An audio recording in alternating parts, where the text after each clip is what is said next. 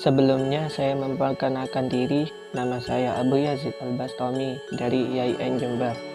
Kali ini saya akan membahas tentang agama.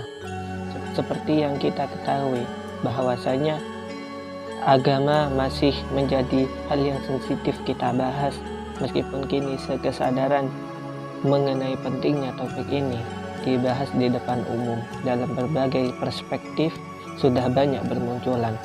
Seperti sosiologi agama yang merupakan studi tentang fenomena sosial.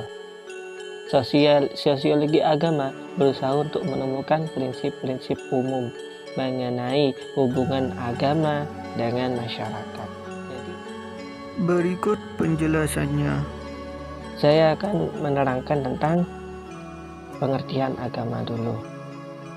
Pengertian agama secara etimologi bahasa yaitu berasal dari bahasa Indo-Jerman yang asal katanya yaitu gam yang identik dengan kata go kan dalam bahasa Inggrisnya, yang artinya yaitu jalan atau cara-cara berjalan untuk mencapai keridhaan Tuhan.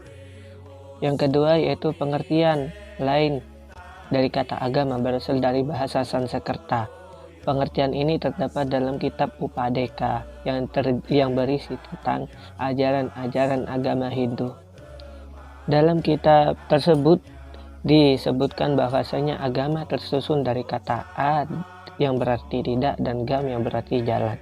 Jadi dalam bentuk harfiahnya kata agama berarti tetap di tempat, langgeng, abadi, diwariskan turun-temurun, terus-menerus dari generasi ke generasi.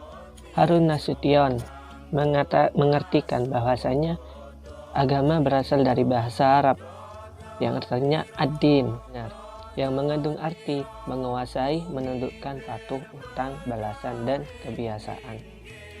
Dari ketiga pengertian itu, yang dimaksud agama secara bahasa ini adalah jalan yang dipilih agar hidup manusia tidak kacau dan lebih teratur, yang secara tetap dijalani demi kehidupan langgeng dan mulia kelak.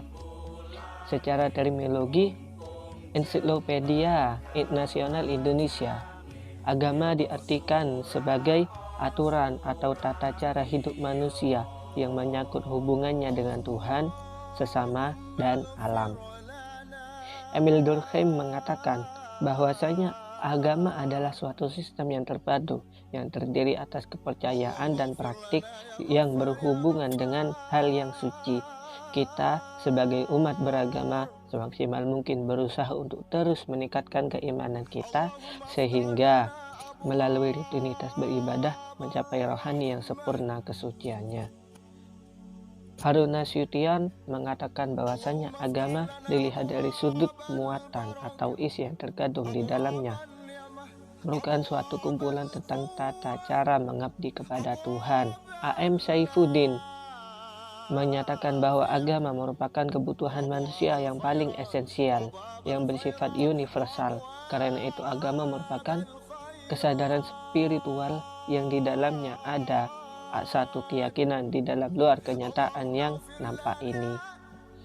Yang keempat yaitu menurut Sultan Takdir Ali Shahbana yang mengatakan bahwasanya agama adalah suatu sistem kelakuan dan perhubungan manusia yang pokok pada perhubungan manusia dengan rahasia kekuasaan dan kegaiban yang tiada terhingga luasnya, dan dengan demikian memberi arti kepada hidupnya dan kepada alam semesta yang mengelilinginya.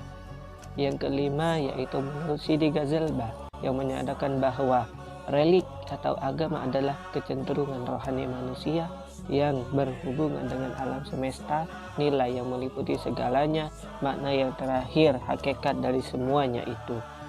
Bagaimana ruang lingkup beragama itu?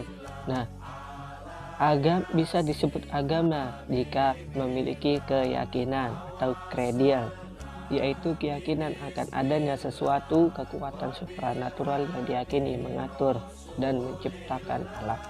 Yang kedua yaitu peribadatan atau ritual, yaitu tingkah laku manusia dan berhubungan dengan kekuatan supranatural tersebut sebagai konsekuensi atau pengakuan ketundukannya. Yang ketiga yaitu nilai yang mengatur hubungan manusia dengan manusia lainnya atau alam semesta yang dikaitkan dengan keyakinannya tersebut. Yang terakhir yaitu tentang variabel agama. Variabel sendiri itu maksudnya faktor-faktor yang dikaji di dalam agama tersebut.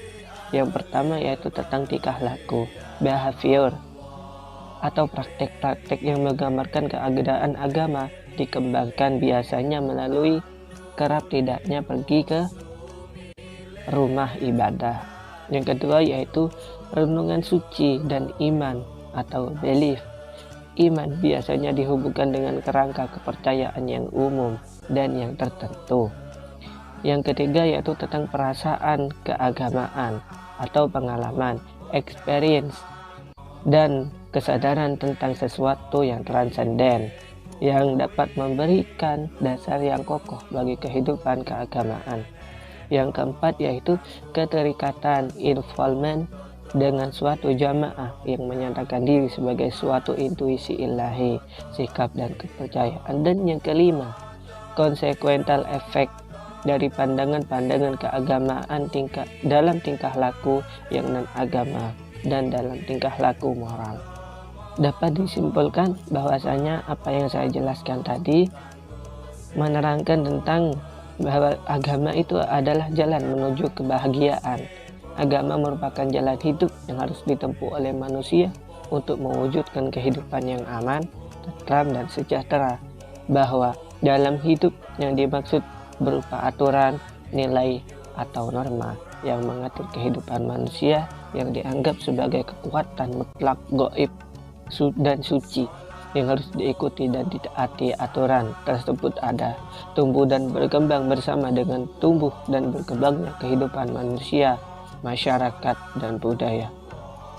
Sekian dari saya, mudah-mudahan dari apa yang saya sampaikan walaupun hanya sedikit semoga bermanfaat bagi kita semua.